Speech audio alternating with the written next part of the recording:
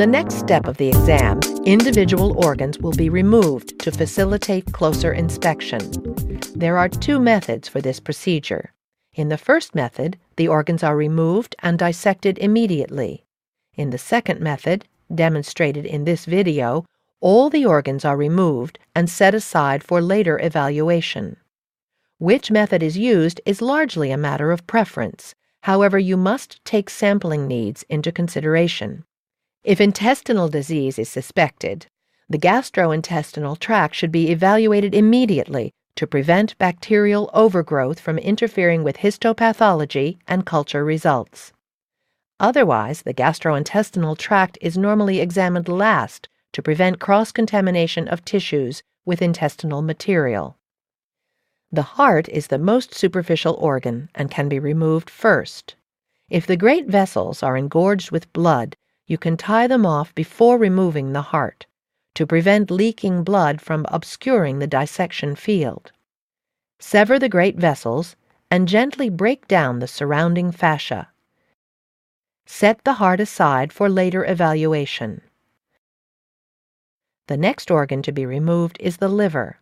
The liver is large and friable and should be handled with care. Using sharp and blunt dissection, carefully cut the fascia anchoring the liver. Be careful not to cut the gallbladder. With the heart and liver removed, make a closer inspection of the distal esophagus and proventriculus. The proventriculus is the glandular stomach that lies between the esophagus and the gizzard.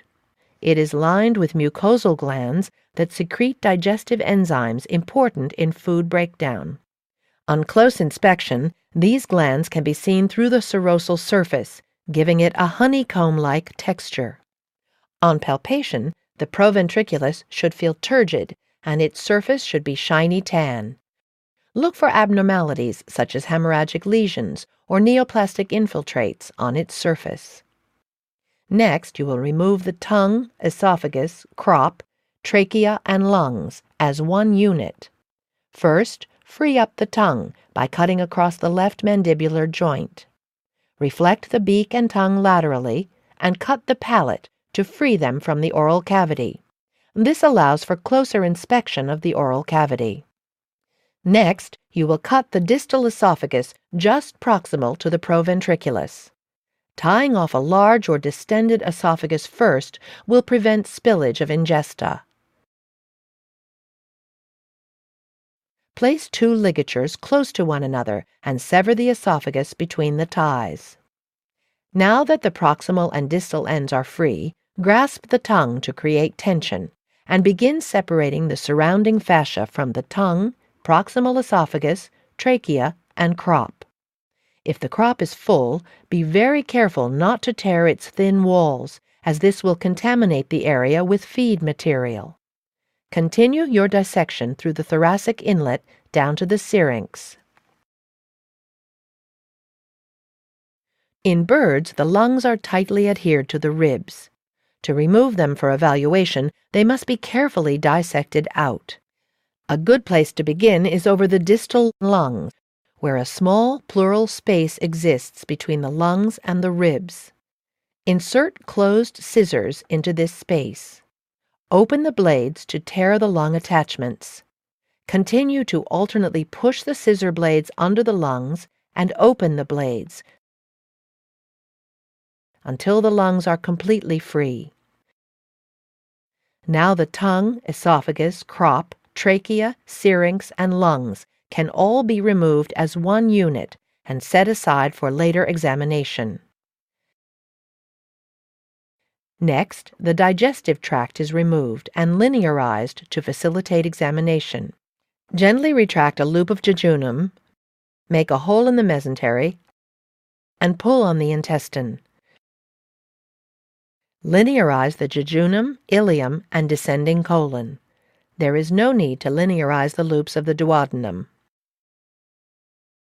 Elevate the gizzard and remove the spleen to prevent it from being lost or damaged. Set it aside for later evaluation. Reflect the proventriculus caudally and break down the fascia, anchoring the proventriculus and gizzard. At the distal end of the gastrointestinal tract is the cloaca. On the dorsal wall of the cloaca, in sexually immature birds, is a hollow lymphoid structure called the bursa of Fabricius. The bursa is an important part of the bird's immune system and must be inspected closely for lesions. Dissect out the bursa and cloaca and remove the entire gastrointestinal tract, setting it aside for later examination. The urogenital system and the adrenal glands are now more fully exposed and can be examined in situ. The gonads lie on the surface of the cranial pole of the kidneys. In the male, the bilateral testicles are oval, smooth, and vary in size depending on the sexual development of the bird. In contrast, most female birds have only a left ovary. In non-breeding females, the ovary usually has a fine nodular texture due to developing follicles. The size and shape of the ovary will vary significantly depending on the bird's age and breeding status. The tubular oviduct can be seen over the ventral aspect of the left kidney. Adjacent to the gonads, just cranial to the kidneys, are the adrenal glands. These structures are small and may be difficult to locate. If the gonads and adrenals are visible, remove them and place them in a labeled tissue cassette. If you cannot identify the adrenals or gonads, you can remove a portion of the cranial kidney, allowing these structures to be identified microscopically. The kidneys in birds have 3 lobes that are tightly adhered within the synsacrum. To remove them for evaluation, use forceps to elevate the tissue over the cranial pole, where the kidneys are most loosely adhered to the bone. Insert the scissors under the kidney and open the blades to cut the attachments.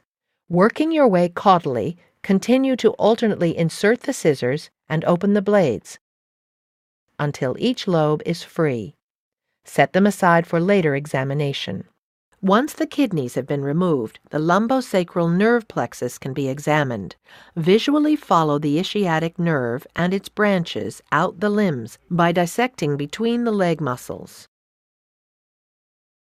Remove a section of the ischiatic nerve from each leg and compare both sides, looking for asymmetry or other gross abnormalities. All nerves should be creamy smooth and have a slightly striated texture on close inspection. Finally, submit a section of ischiatic nerve for histopathology.